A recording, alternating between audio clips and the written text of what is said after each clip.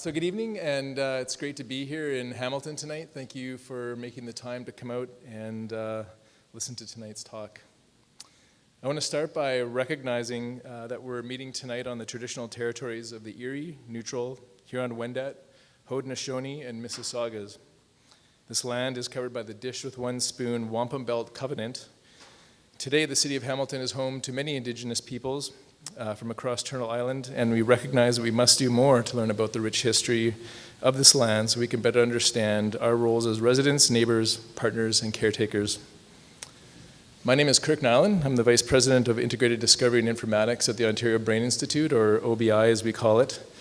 It's a provincially funded not-for-profit whose mission is based on the idea that if we work together, we can have impact faster. The idea is that we work across disciplines, across the province, with patients and their caregivers, with companies and with government, and in doing so, we can find better treatments for brain disorders.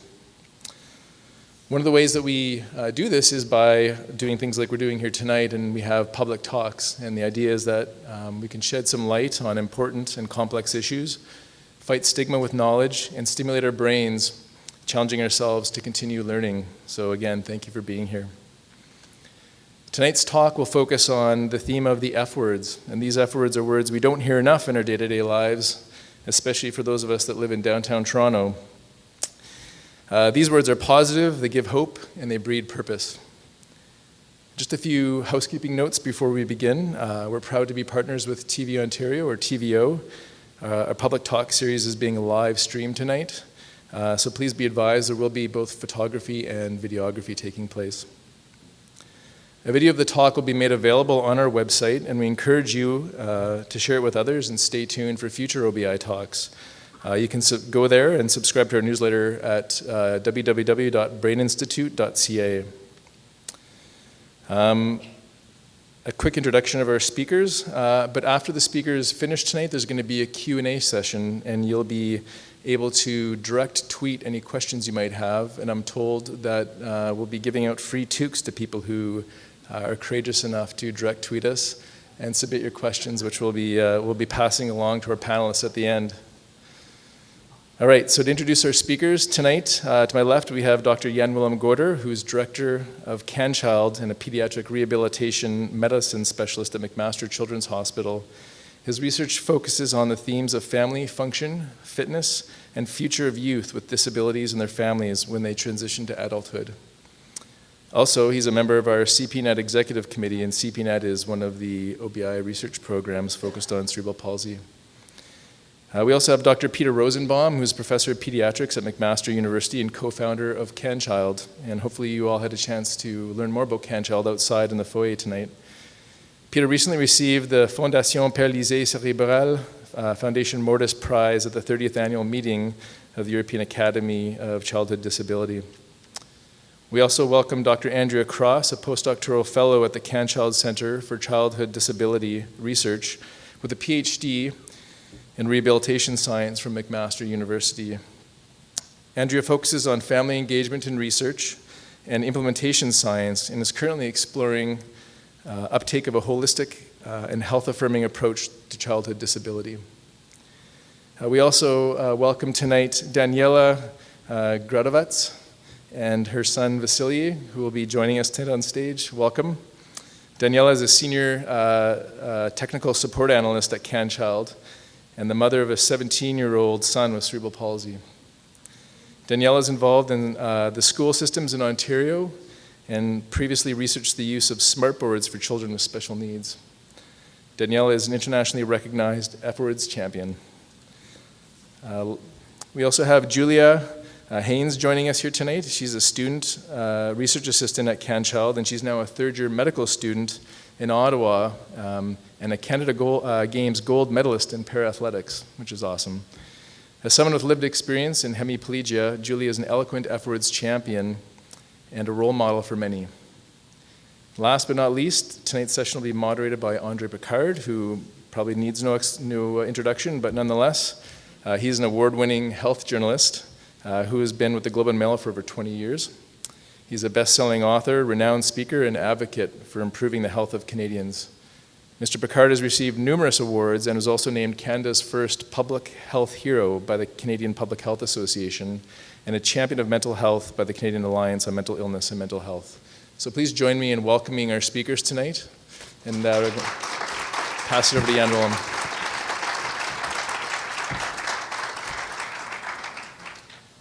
Good evening, everybody. Welcome to the public talk on the F words. It's my pleasure to start off our session with that will be co-presenting with the full team as just introduced. And I want to highlight, before we really get into the F words and the details, is that I think our team, what we would like to portray is that something that is very essential to CanChild, Center for Child with Disability Research, is that we do our work together. So on the co-presenters of the team are people with the lived experience, growing up with a disability, and as well as being a family member of a person with a disability. All the work that has been done over the years since CanChild was founded in 1989, and last year we celebrated our 30th anniversary year, has informed, I think, the work that we will be talking about today. So, what we hope to do in the next hour with you is to explore current thinking about disability and health, introduce the F words as a model that supports a family-centered, strength-based approach to life, and to share ideas and discuss how the F words can be used in practice.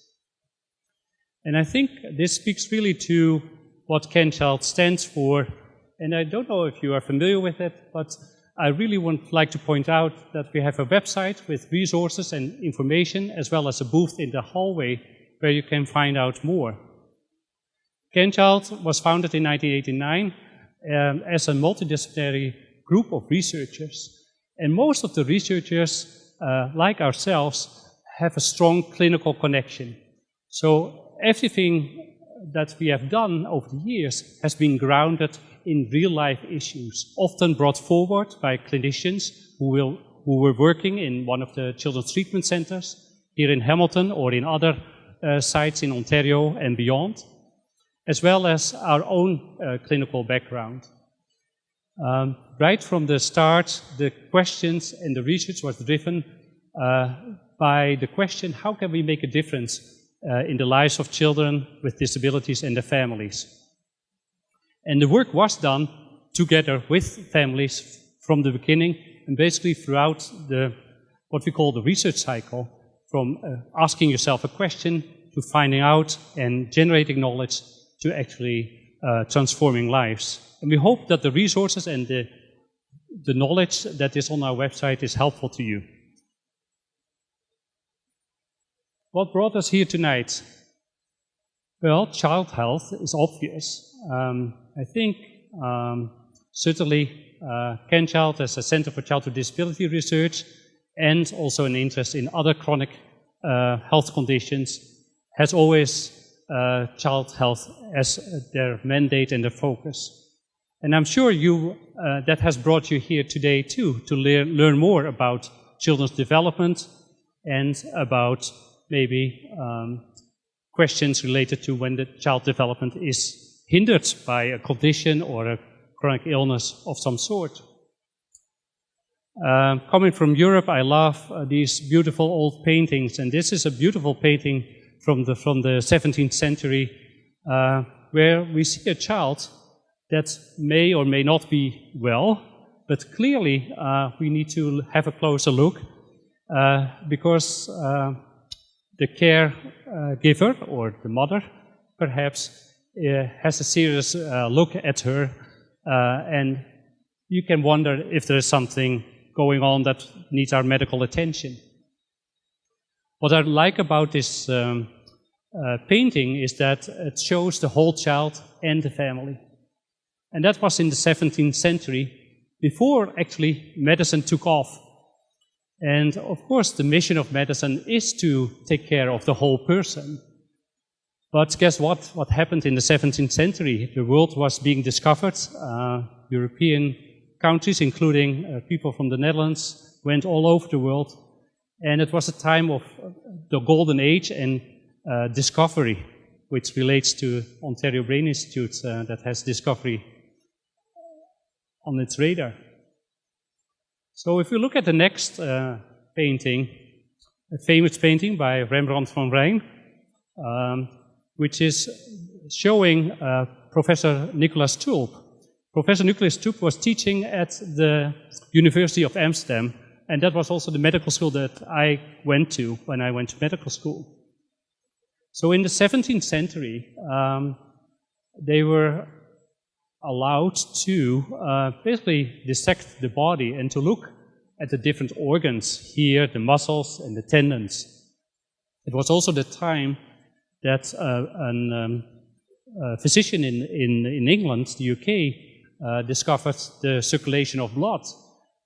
In 1628, William Harvey published his famous article and work on the circulation of blood. Before that, people didn't know that something existed like the circulation of the blood, and that the heart was actually responsible for making it all happen. Till that time, they thought it might be the lungs that would do the job. So we went from a whole person to a whole body to organs. And then later in the 17th century, another Dutch guy, I can't help it, but it's real, Anthony van Leeuwenhoek,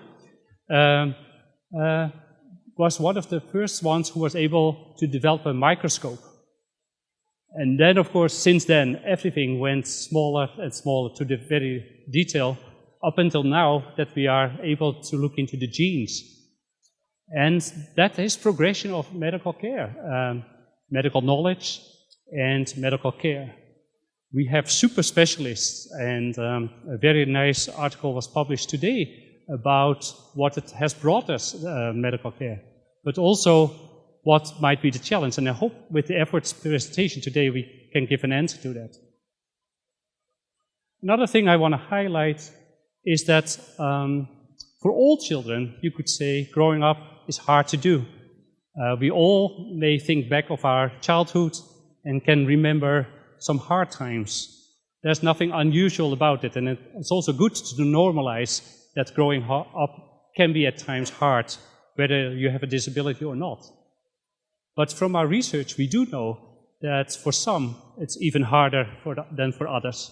And for children with disabilities, we have enough evidence that it can be harder. And CanChild has worked hard for over 30 years and will continue to work to find ways of helping these children and their families. And that's also why our tagline is generating knowledge and transforming lives. We always want to develop knowledge and insights and the wisdom to use that knowledge that is meaningful and can make a difference in the lives of children and families. My last slide is really to highlight how excited we are that on this public talk we were allowed to have Julia Haynes as a person with the lived experience, and Daniela and Vasilier as a mother and a son being part of our team to co-present as part of our panel. I think it reflects how we think and talk about working together. And before we get into the efforts, I just want to keep these people, Julia, Vasilier and Daniela, on your radar. With that, I want to turn it over to our next speaker, Dr. Peter Rosenbaum. Peter, can I call you to stage?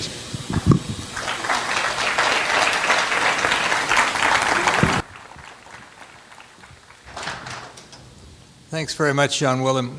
Jan Willem has set this up so beautifully with the story of how we have focused and focused and focused until we know so much about tiny bits. And what we hope to do is to share with you a way not to get rid of that, but to open it up again.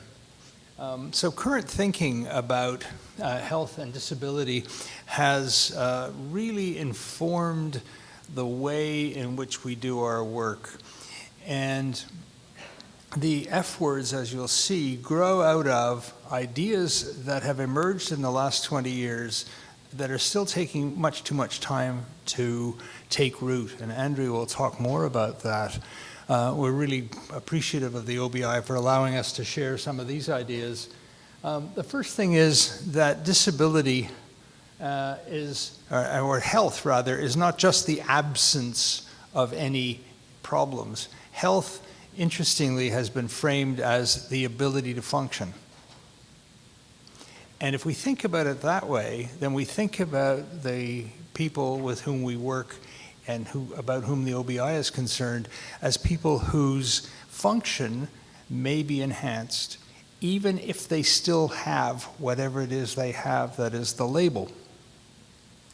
And what we are increasingly aware of is it doesn't matter how you do it. All the people in this room who are wearing glasses need help with their vision. No big deal. But people in this room who use wheelchairs need help with their mobility, and to the extent that they're able to be where they want to be and do what they want to do, even though they have a wheelchair, we should not think that that's remarkable. And if we think about all the left-handers in the room, there was a time when being left-handed was considered abnormal and you were forced to change. And just think about how incredibly stupid that is. But it was part of the norm at one time. We also know that the field in which we work, children have conditions. They don't have diseases. And the reason that's so important, to go back to what Jan Willem was talking about, is our effort has been to try to understand what is the cause of the problem. And most of the time, often we don't know, and even when we know, it doesn't matter, particularly with respect to what we do. And the idea that there are common issues across diseases, this idea has been around for a very long time, but is still needing to be said over and over again. People with various kinds of conditions may need some specific help with their depression, their anxiety, their schizophrenia, their cerebral palsy, their spina bifida. But what they also need are a lot of things that are common across diseases, and we're still, sadly, stuck in the silos. We also are aware that children with developmental disabilities become adults. Now, some of you may be saying, what the hell took you so long? But because these conditions present in childhood, they have been seen in the child health arena. And then eventually we stop seeing them because we don't see adults, but they don't stop being people whose lives are important. So the World Health Organization put forward this advanced idea about health in 2001. And it is a really important and fundamentally significant way of thinking about health that allows us to think about the things that Jan Willem said with respect to body structure and function, but also reminds us that any health condition also may have, probably does have, manifestations in functioning and may interfere with how we engage in life in ways that are meaningful for us, which the World Health Organization calls participation. And this is really the first time, I think, that people began to think about this part of our lives. And by the way, we are now expected formally to pay attention to personal factors, what's important to you with this condition, and environmental factors, of which there is obviously a very long list. And we love this framework because it's an interconnected set of ideas that gives us permission, in fact, encourages us to intervene with our ideas and our advice anywhere and everywhere that may be relevant, including body structure and function, but not solely solely at that point. And a few years ago, Jan Willem and I were having some fun and put together this set of ideas into the F words in childhood disability. I swear this is how we should think. And this is the only paper I've ever been involved with that got accepted in less than a week with no changes. So don't tell the editors. And these ideas have been used all over the world. And what we did was just try to suggest some ways in which we can think about aspects of the lives of children and families with F words. these ideas have been kicking around. We have colleagues in Alberta who'd been thinking about bits and pieces of this. And this set of ideas these are not the only F words that are important, but we wanted to emphasize fitness because people with disabilities are often less fit than they could be and should be. We wanted to emphasize function for the reason I said already, that function and doing things, however you do them, is important. And we want to get rid of the word normal. It's a dumb idea, and we no longer are trying to promote people to do things normally and nicely. If you can do it your way, good, that's enough.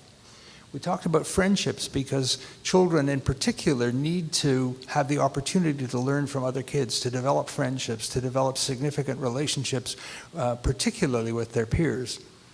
We talked about fun because if we know what's fun for a child, we can take advantage of that when we offer advice and what we often call therapy. Whereas if we are prescribing what we think is important without the kids enjoying it, guess what? It ain't going to work. And the analogy would be, think of all of the parents in the room who've had their kids take piano lessons because we thought it was important. Sometimes the kids enjoyed it, lots of times they didn't. Well, take out piano lessons and put in therapy. If we can figure out what's important to kids, they're likely to want to do it. And then the obvious environmental factor for kids is family, and you saw that beautiful picture. And this is something that everybody rolls their eyes and says, oh yeah, we know that. And the answer back is you know it, but you don't pay attention to it. I often say that I've been doing this work for 45 years. I have never seen a 3-year-old come into clinic on her own and say, Doc, you gotta help me, my behavior sucks. I don't talk good. Who do we work with? We work with families.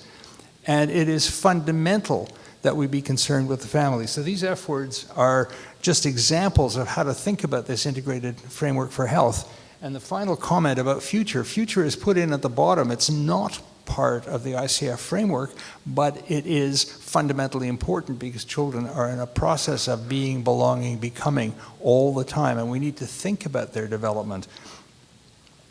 Now, I wanted to find a picture of me doing Paralympic activities at a national level and couldn't. But I did find a lovely example of one of our speakers tonight, Julia, who is, as you're going to hear, a very, very accomplished person in many ways. And in spite of the fact that she has a functional limitation, she also holds several Canadian records in sports. Hands up anybody who holds a record in sports. I rest my case. Thank you for the opportunity to share these ideas.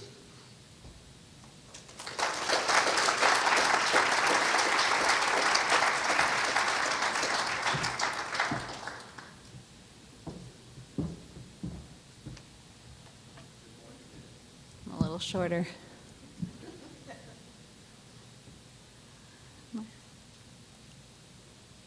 It's a pleasure to be here today and to tell you a little bit more about our F-word story.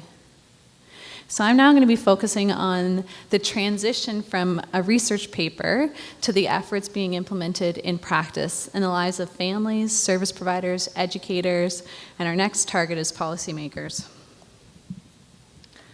Researchers tell us that it takes 17 years to move research into practice. That's a child's entire childhood.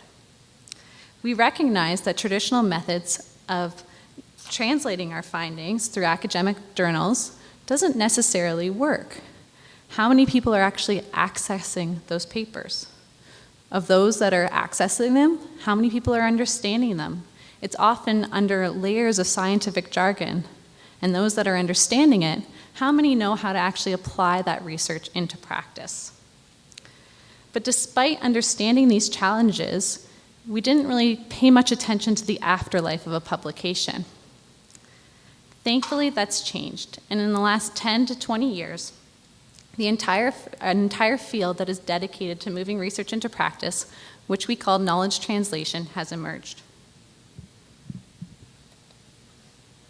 Another shift that has happened in the last 10 to 20 years is with respect to how we conduct research. Instead of researchers conducting research on their own with little impact from those who the research impacts, researchers are now working with knowledge users, or the people that the research is going to impact. In our case, families and service providers throughout the entire research process. It's believed that if we work together, we can move research into practice more effectively and efficiently. Our efforts research program took an integrated knowledge translation research approach, as we worked with families and service providers from the very beginning and along each step of the way. Over the next few slides, I'm going to share examples with you of how we've disseminated the efforts and how they're now being used in practice. So in 2014, we formed an integrated research team with 3 parents, Daniela, who's here today, a parent from the UK, Diane Kay, and a parent from Newfoundland, Julie Brocklehurst.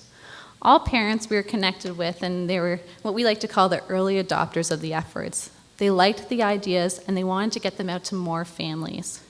So families were our first target audience. And so working together, we came up with a suite of tools that would allow us to actually move those efforts into practice. So on the slide here, you can see there's a collage, Daniela's family collage. There's a Diane Kay's son Alfie's efforts agreement, a goal sheet, and an efforts profile. And all of these tools are PDF fillable, so families can fill them out on their computer or on electronic devices, or print them off and fill them out in clinic visits. And we've had a huge uptake of these tools. We're hearing from families and service providers that they're not only using them in their clinical visits, but educators are also starting to use them in their individual education planning meetings.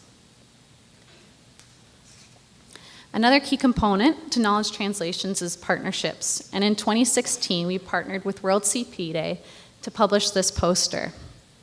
This poster has now been translated into over 30 different languages. It would take a long time for us to translate the efforts publication. But by translating this poster, we were able to spread the awareness a lot further. As awareness of the efforts spread, we started to receive more and more emails from service providers around the world wanting to know how to implement the efforts into practice. In 2019, we conducted a study to explore international service providers' perspectives on and use of the efforts. 91 service providers from 29 countries and 23 different first languages responded to the survey. Overall, 92% reported the efforts are good practice, and many shared examples of how they are using the efforts. In Ontario, we've seen a huge uptake of the efforts by service providers and organizations, including children's treatment centers, school boards, respite homes, and community organizations. Since 2016, we have delivered over 40 invited educational outreach visits to support the implementation. The next few slides provide some examples of how local organizations are implementing the efforts. This example here is from the region of Halton, who have implemented it into their family plan. This is an example from Kids Inclusive, a children's treatment center in Kingston, Ontario, where they have implemented the efforts in their coordinated service planning documents. What we've heard from service providers is that the efforts are a great tool to help develop family-centered goals, choose services, and ensure that the plan of care takes a holistic approach to supporting the child. This last clinical example is from a children's treatment network in the Simcoe and York region, where they are in the midst of a multi-year implementation of the efforts at all levels and areas of their network. These network-wide changes are having a significant impact on how services are delivered. As you can see here, the family's journey in the efforts culture is really focused on a strengths-based approach, recognizing and maximizing the child's strengths, a family-centered approach, talking about and doing what is important to the child and the family, and a holistic approach where services are focused on maximizing participation. More recently, we are starting to see the application of the efforts in schools and have been asked to develop school-based tools.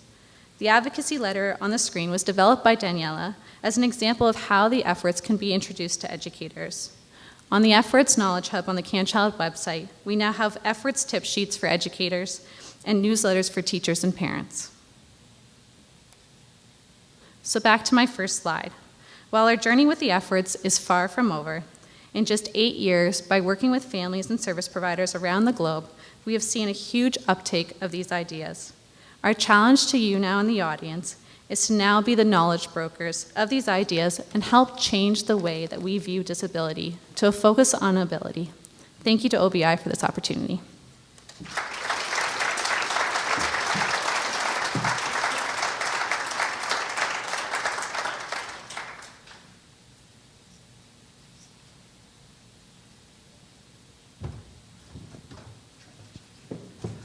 So while our other guests come up on the stage, I'm Andrzej Picard, as you heard in the introduction. I'm a journalist. We tend to be known for our salty language, so I thought I knew all the F words. But tonight I've learned a few more: fitness, function, friendships, family, fun, and future. We're going to talk a little bit more about that in the panel. And I want to start with a question or two for Daniela and Vasilie. Oh, okay. So, you guys are ready? I saw you. You move fast. So, Daniela, your name was mentioned several times. You're a leader in this movement around the world. I'm interested to know, how did you learn about this, and how did it change life in your family and for your son? Well,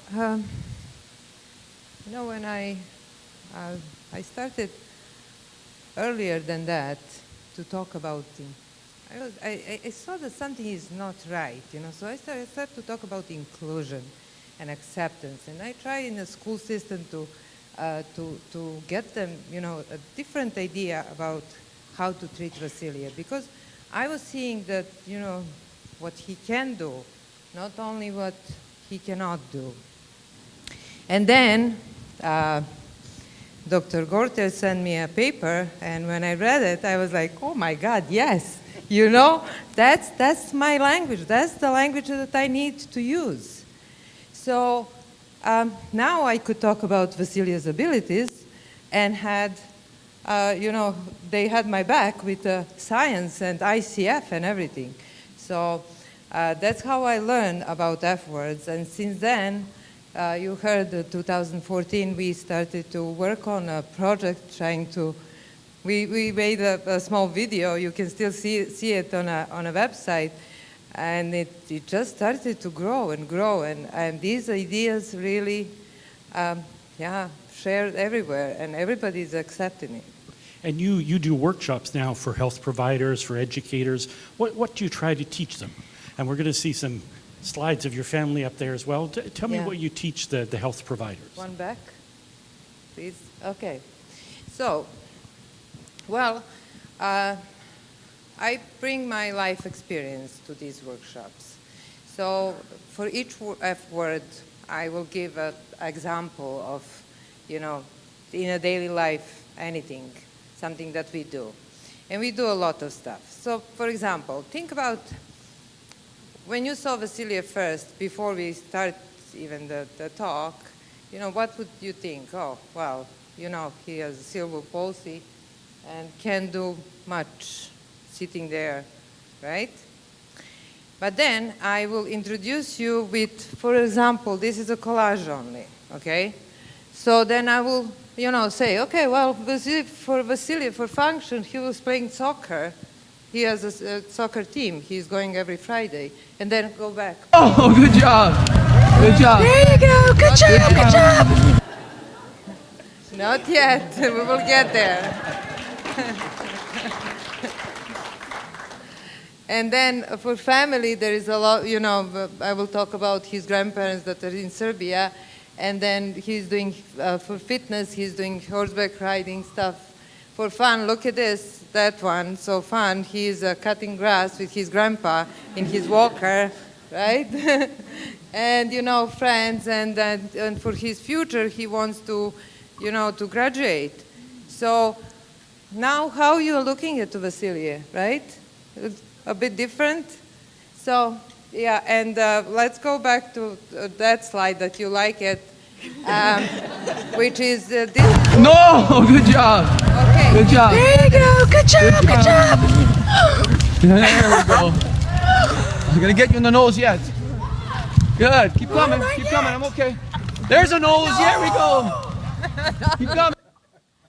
So, right?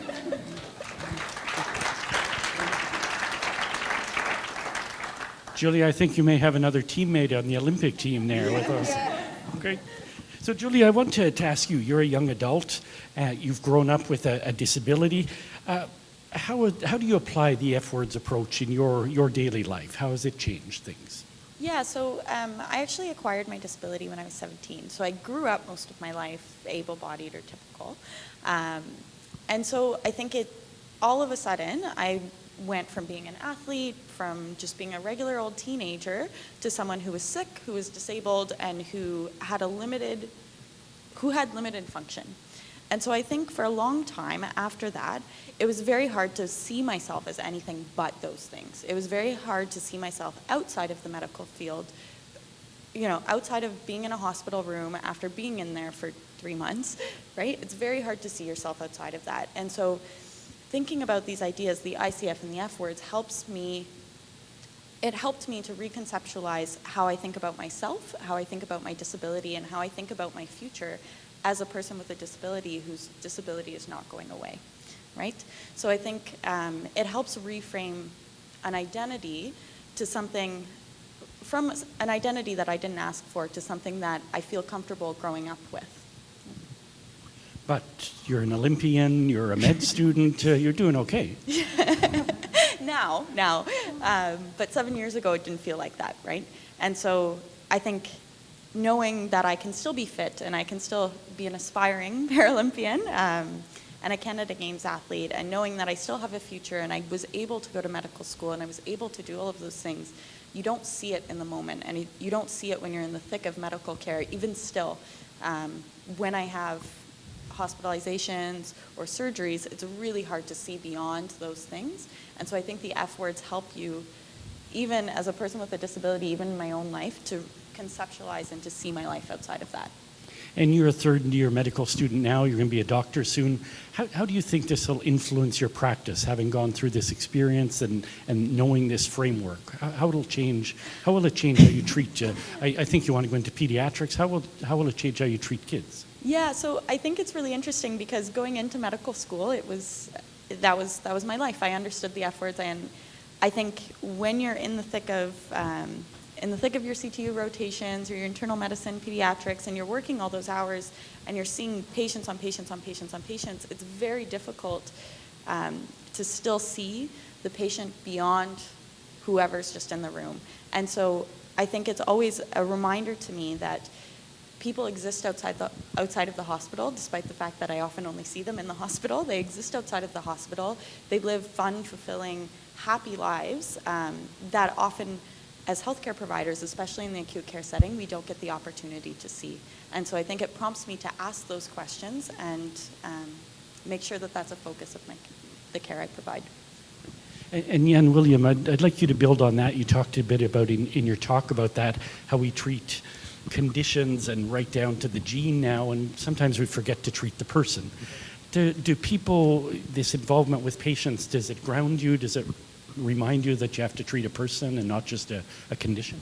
Yeah, absolutely. I think, and that's where the ICF framework has helped us really well, is that it brings that holistic approach. And as Peter said, that every aspect of it or dimension can be a point of intervention or entry. It can be a conversation or a perspective, or it could be actually a management or an intervention. So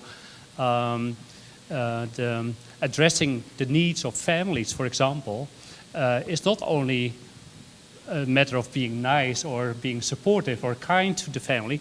It truly is an intervention that is helpful to both the family and the person. So that's what I would like to say.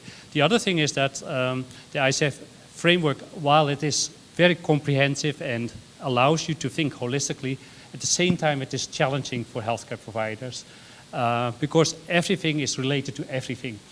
And I think that's where we found the efforts helpful in our teaching and later in our conversations with families, that it actually allowed to think more concretely, and then of course the tools were developed. And that's what people need in practice. And Andrew, you talked a bit about this, how getting the knowledge translation, getting the knowledge from patients and families is important for guiding research. But that's a relatively new thing. I wonder, are we doing enough of that? Are we learning enough from people who know best, the people living with conditions? Well, we're probably not doing enough, but I think that we're heading in the right direction. So there's been a huge shift in terms of how we do research now, and it's more of an expectation that we are out there and we're engaging with the people that the research is going to impact and those that it's important to. And I think that what we're ensuring is that the research that we're going to be conducting is meaningful to those, so that we're studying questions that are important to people, and we're ensuring that the research methods that we're using are also feasible. We're working together, and by working together, we're going to help the research transfer into practice sooner because people are now aware of it and what's going on. So I think there's a movement, especially I'm only familiar with the childhood disability world, but we're definitely seeing a lot more families and youth and young adults engaged in the research that we do. And thank you. People are tweeting in questions, so they're being brought up to me. So keep it up. It just takes the first one, and then the ball gets rolling. Now, Peter, I want to bring you in. You've been at this for a long time. I'm interested in your perspective about, inclusion, accommodation. Are we getting better at that stuff, or is it just a perception that we're getting better? Well, I'd like to believe that we're getting better, and I'd like to say that it's partly because of ideas like these and opportunities to share these ideas. It's really quite embarrassing to look back and see where we've come from. And without being rude about the people that taught me, I think the time warp was what Jan Willem described from the 17th century carried on into the late 20th century and is still there, which is this notion that we need to understand things at a basic level. And there is no question that understanding things at a basic level will help us in many ways. What Jan Willem said a minute ago is that we're really interested in people who have these conditions and how, as frontline clinicians and service providers, we can make a difference to their lives, and that's changing. I know there are a bunch of people in the audience who are close friends and who've been doing many of these things for a long time, probably against the grain. What I hope is that what the ICF framework and the F words provide is an honest-to-goodness justification for what the best of the people in this room have been doing anyway. But now we have an explanation for it and a rationale for it and a way of teaching it. Daniela, I want to ask you the same question. Vasilia is 17. Have things getting better with inclusion, with understanding, things getting a little better for the family? Well, that's why I'm talking about that. Yes, we are doing, I can tell that we are doing good in school. I'm very happy. Vasilia is very happy with school. With the service providers, everything is good. So, we are trying to apply this concept to every area in our lives, and it is getting better. That's why I'm telling people all the time to try it. And, you need to be patient. It can't happen overnight. But yes, people are looking differently and doing different stuff with Vasilia because of that. Yeah. So this is a question from Twitter. How will CanChild become a pioneer in the field of being an advocate and greater voice to help families? And then they add, current policies and funding is not sufficient to help us act on the F words. So Andrea, maybe you want to tackle that first as the future of CanChild, and then we'll give Jan William a chance. She's part of the future. Exactly. I thought you were going to Peter for sure. That would be too easy. Well, interestingly, yesterday we just we had received a small grant from CIHR to bring together stakeholders. And that's the Canadian Institutes of Health Research for folks in the audience? Yeah, of families, service providers from across the country to look at how we can start moving the F words into practice. And we had administrators, organizational leaders too, and looking at evaluating that. And so I think that what CanChild is going to do is we're going to be out there building partnerships, working with and collaborating with, I think that's the key point, with policymakers, with key leaders across the country, with families, with youth. And I think that if we want change to happen, we can't do it in these silos. We need to work together. And I'll let Peter add. Do you want to add to that, Jan? Yeah, in a little different way. I think what we've seen is that although our niche is childhood disability research, that's where CanChild started. I think many of the ideas apply to any child health condition. And the very, very sort of exciting thing what we see happening is that there's a lot of traction with our colleagues in child health, in the Department of Pediatrics. So that's in the child health sphere. But at the same time, because we're also addressing lifespan issues, children growing up, becoming adults, and there are actually more adults than children with disabilities. And being situated in the School of Rehabilitation Science at McMaster, we also see that collaboration coming, and they span all into geriatrics and the aging population. So I think it has huge potential, and through spreading the word and making it part of our thinking and usual way of doing, I think it will help us to reach out, teaching, and take this example of Ontario Brain Institute's public talk and teaching the public and reaching out. So there's a couple of questions. Can I just add a comment? One of the things that is very empowering for us is that in thinking about the lives of children and families whose situation is different from typical, we've been forced and encouraged and have the opportunity to think about things in a different way. And so the F words started as the F words in childhood disability. And it is increasingly clear that these are the F words in child development. And we're going to change the posters to stop talking just about childhood disability, because these are ideas that apply to everybody. And that's a message we need to get across to a lot of people. Now, there's a couple of questions, or a variation on the same question. Essentially saying, you know, the F words are great, but who's responsible for ensuring they're used? So there's a couple of you are pioneers, you're using them, but how do you make sure this becomes the norm? Peter? Loud voices. It should be said that we've been invited to present well over 40 times across Ontario. We do not show up at your door and tell you you have to use these. But as people have become aware of them, and this is a crescendo is happening of increasing interest, we will go wherever you invite us to go to talk about these ideas, to do what Andrea said, which is not just introduce the ideas, but how are people using them, learn from you. So much of what we know is learned from the reciprocal interaction.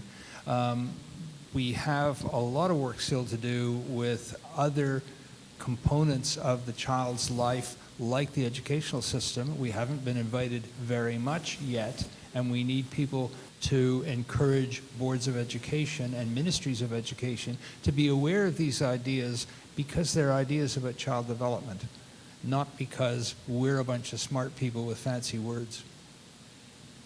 Now, the question someone wants to know, how do you engage and influence policy most effectively?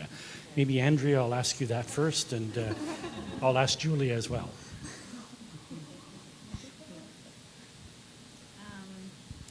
I think that it's a very challenging question, especially if we think about where we're at in Ontario right now, and lots of changes happening in the education system and the healthcare system. I think that we need to partner together, and we need to, not be, as Peter said, afraid to have a loud voice and to get out there. But I think that it can't just come for researchers, right? I think that that's one of the key things, is that it needs to be a collective voice from those that it's impacting, from families, from all the things that we do at CanChild are always in a collaboration. And so I think that by going together, the louder voice we can have, but we need to start somewhere in having those conversations. 100% agree. But I think the other people that we're working towards engaging with are policymakers and educators, not just in the school system, but in the School of Rehabilitation, in the schools of medicine, to start creating a generation of people who are aware of these ideas, as well as the other important ideas in medicine, like the cell structure and all of those things. We need to also continue to educate about the holistic perspective and the holistic person who's receiving care. And I do a workshop often for med students on how to be effective advocates, so I'll give you some tips after. Yes? I was thinking I had a little bit more time to reflect, so I could think about it. I want to bring forward a very novel approach, I think, that one of our scientists, CanChild scientists, is doing out of Montreal, Dana Anaby, who has an interest in participation. And so her work is focusing on interventions towards participation and then looking at the health benefits. And I find that a very novel approach in a sense because it could apply to many children with disabilities, not just this specific disability. And it really helps to rethink healthcare from a traditional one-by-one population to population-based now to a more community-based approach. That's one thing. The other thing that makes it challenging and where we have to work on, and hopefully together, is that medicine and also policy is very traditional. Our colleague had very hard time convincing granting agencies to actually fund her research and had to build it up through a pilot study and build on and so forth. But if you think of the powerful ways of, by, for example, changing the environment, could have not only on a person or a family with a disability, but many families. I think that's far beyond our imagination, and it could be very attractive to policymakers. And Daniela, there's a lot of parents in the audience. I think it's important from a parent's perspective. How do you advocate? You're already busy. You're a busy mom. You have all these medical appointments. You have all kinds of stuff. How do you choose your battles, and how do you advocate the most effectively? That's a good question. Yeah, I make my day 48 hours. Yeah, well, you need to choose your battles, but obviously Vasily is number one. So I will drop everything else if it's something that he needs. So I advocate for him in every situation, with everybody that I meet. That's how I am now. I adopted these ideas. They became normal to me. I don't think about them, you know? And somehow when we meet people, for example, you know, service providers that are PSWs that will come to our home to help me, and very often there is new people coming in. So, you know, at the door, I will meet them with the greetings and point to Vasily as somebody, say hello to Vasily, and, you know, and start to talk right away about what he can do and, you know, what they can help him with. So, yeah, that's how it is. It's just a daily life now. That's how it became. And Julie, I want to ask you also about this, about daily life. You do things, people see you and they have prejudices, they have perceptions about you. How do you change that? Do you confront it or do you ignore it? What's the best approach for changing minds? It depends on the situation. I think the best way to change someone's mind is to go out and just do what you are going to do anyway. I think people will present with their preconceived notions. They will present with what they understand disability to be. And if you go out and you choose to do and to live your life the way you want to live your life, to do the things that you want to do, people will realize, passively or actively, that people with disabilities are capable of living healthy, full, and functional lives, and that there are certain barriers, like the environment, like inaccessibility, stairs, and preconceived notions that will prevent them unnecessarily from doing those things. So I think the best way is not necessarily to scream from the rooftops, hey, I'm capable. It's to go out and demonstrate your capability to the best that you can. And paradoxically, medical institutions, medical schools are some of the worst at being accommodating, right? We won't name names, but... I think for a long time, if you don't see people if you don't see people who look like you doing the things that you want to do, it's very hard to imagine yourself doing that. And so the same thing for medical schools. If you only see people with disabilities as patients to be cared for, and as people who need help, it's very, very hard for them to see to see beyond that and to see that a student presenting them to them who happens to have a disability or happens to have an impairment is in fact capable. And so, you know, it's easy to say that yes, they are rigid, they are very traditional, and by a factor of that can be seen as unaccommodating and can be unaccommodating. But it's also important to understand that they don't see it a lot, and that by going there and doing it, hopefully I and the other physicians with disabilities start to change minds and start to change their practice around accommodations. As Barack Obama said, it's hard to be what you don't see, right? Yeah. Great. So Peter, this is an important question. How do you make sure the FU words are used after that dreaded transition from pediatrics to adult services, or maybe I should say adult non-services?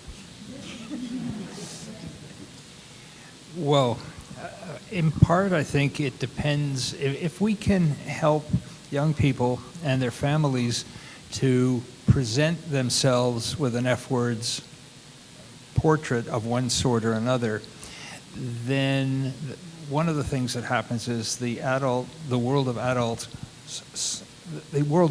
which includes not only services but accessibility, employment, and so on, can start to see capability instead of disability. This is an area that Jan Willem knows a lot more about than I do, and I'll turn to him in a minute, but I just wanted to make one comment about the notion of disability. In the World Health Organization terms, disability refers to an incompatibility between your capacity and the environment that gives you the opportunity to use it. So Julia mentioned accessibility. We're on the second or third floor of the building. If there were no elevator here, Vasily wouldn't be here.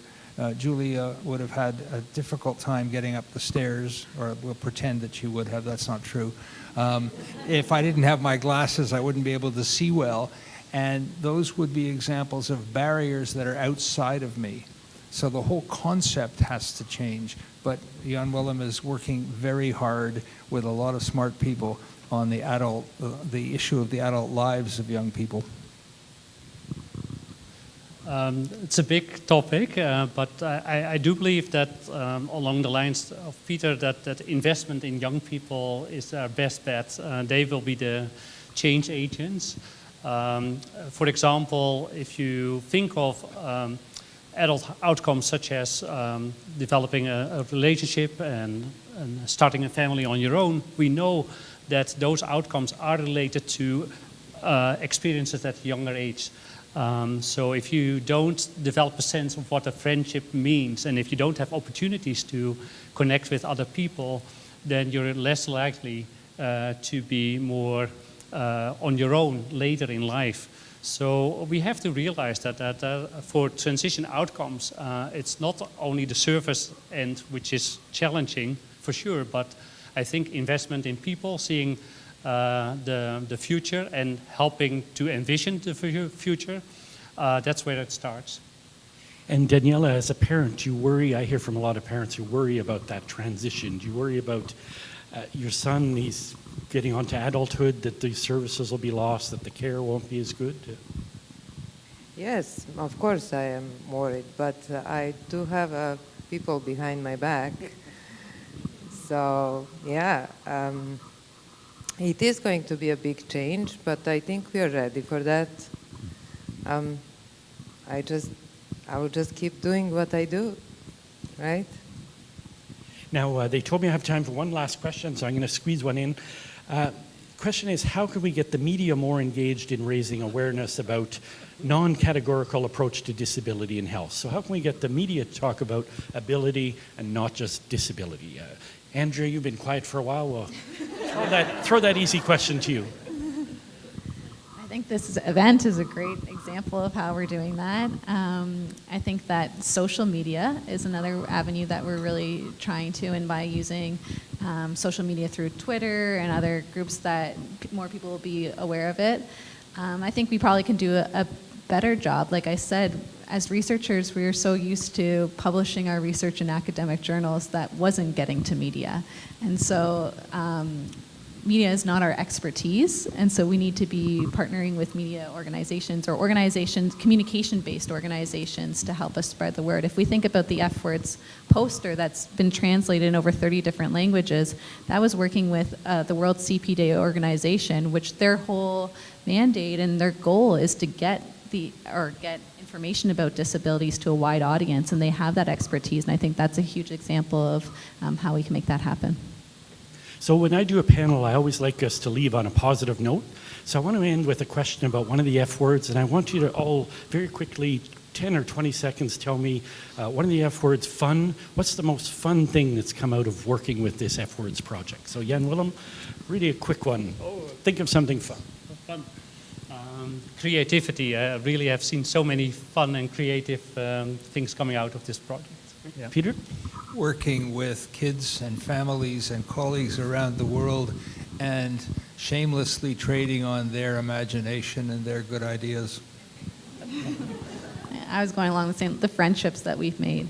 We've made not just friendships here in CanChild and locally in Hamilton, but with families and service providers everywhere that we travel, and some of the people we've never even met before. We just meet them online through Zoom and different meetings, so I think that's been the most fun for me. I think talking about disability in a positive light and getting the opportunity to share these ideas with not just other people with disabilities and families, but with everybody.